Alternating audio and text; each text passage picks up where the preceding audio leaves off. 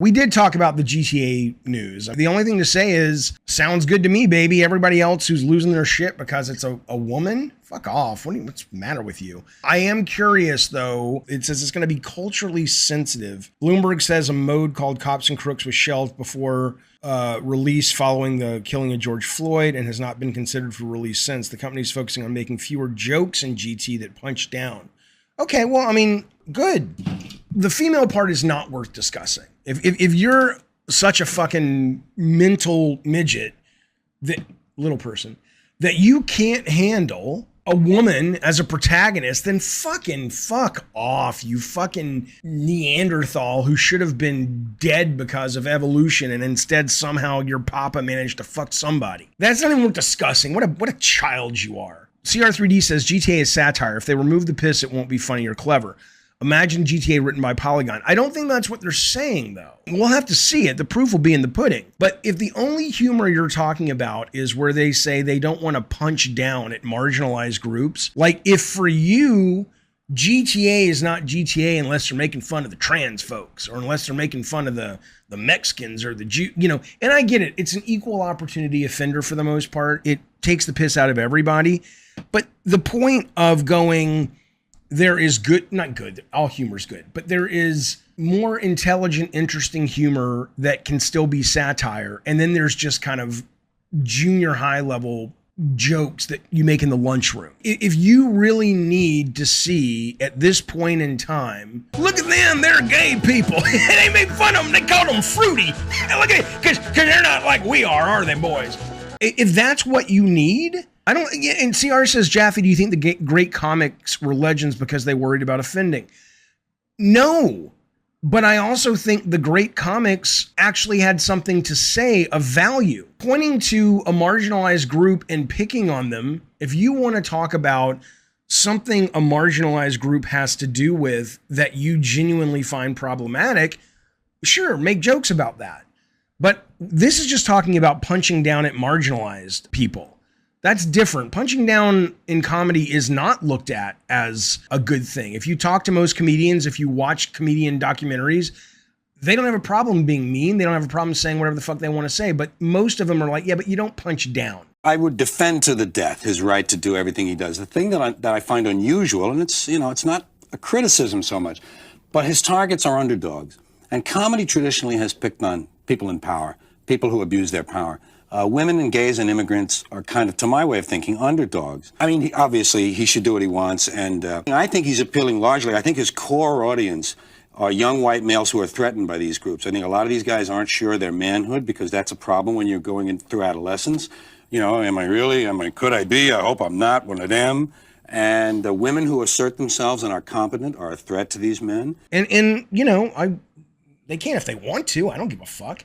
Sometimes it's hilarious. Think of the rules of comedy. They're laying down the law, right? That's all stuff like, comedy should punch up. You should never punch down. You should never punch down. Sometimes you've got to punch down. Like, if you're beating up a disabled toddler. You know what I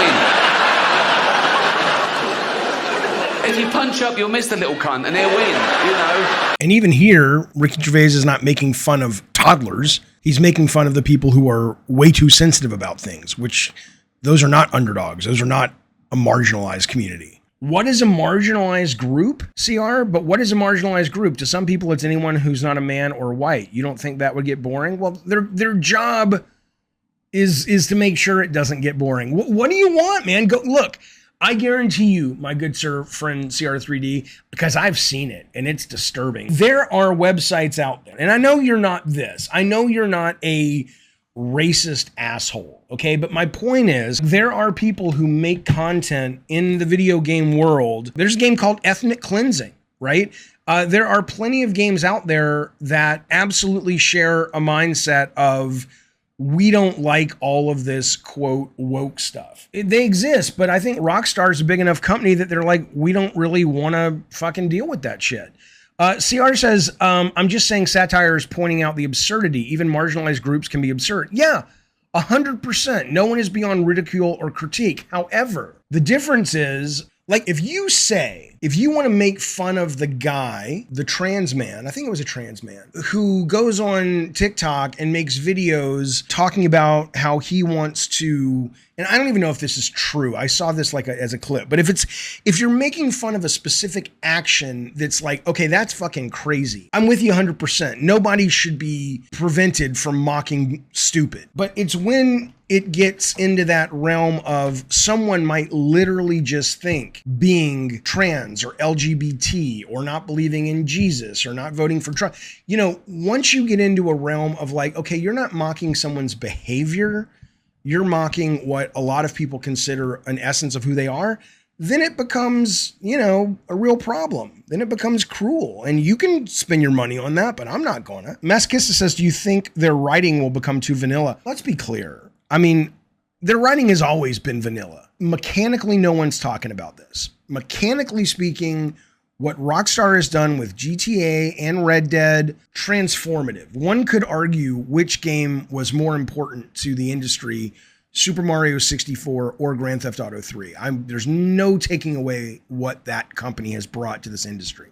But the idea that it's ever been some kind of smart satire, maybe if you're 12, it's like, oh, look at that. You mean America's a place where they put corporate interest ahead of people's actual lives? It's like, yeah.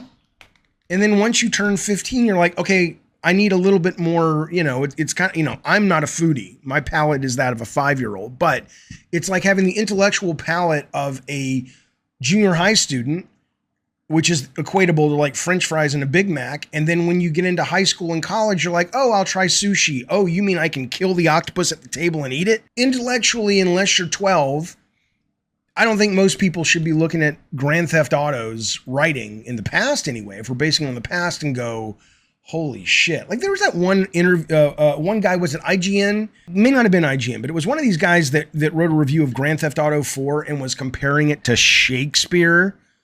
It's like, dude, shut the fuck up, you fucking moron. What somebody should have said is, hey, talk to me about individual Shakespeare moments that you're citing in Grand Theft Auto 4. Where do you see Hamlet? Where do you see the quality of Othello in Grand Theft Auto 4? What are you talking about? But you just get to say it, and everyone who wants to believe it, yeah, I hate that shit, man.